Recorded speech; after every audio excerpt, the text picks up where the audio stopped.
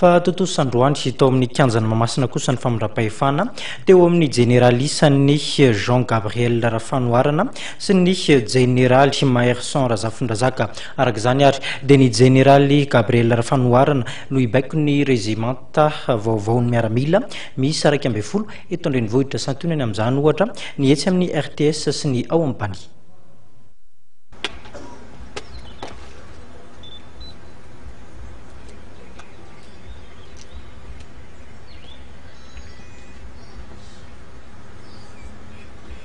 Ny général Jean Gabriel Rafanoarana no commandant farim-piadidiana miaramila voalohany raha tokany général Maherson Razafindrazaka no nitarika ny fibekona teo aloha.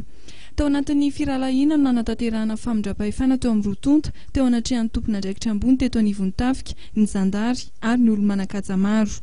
Ny général Jean Gabriel Rafanoarana arak'izay no ibaiko ny régimenta miaramila 12 eto Antananarivo dia ny RTS, ny RAL, ny BANI, ny BATAC, ny RM1, ny RAS ary ny CAPSAT.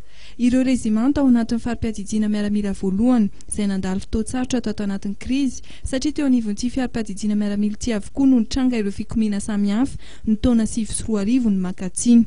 Niova ihany koa lehibe ny tombo régimenta RM1 Analakely, ny colonel Johnson Nandrianantenaina no hitarika amin'ny fibekona eo anivon'ity tombo miaramila ity. Izy no misolo toerana ny colonel Lalanto Arinjaka Razafindrakoto izay tompon'andraikitra teo aloha. Samy tetsy amin'ny kianjana Mahamasina avokoa no nanatanterahana ireo lanonana ara-miaramila roa sosona ireo. Nofaranana tamin'ny mato izay natao miaramila avy amin'ny tombo samihafa eto anivon'ny farim-piadidiana miaramila voalohany lanonana io maraina io.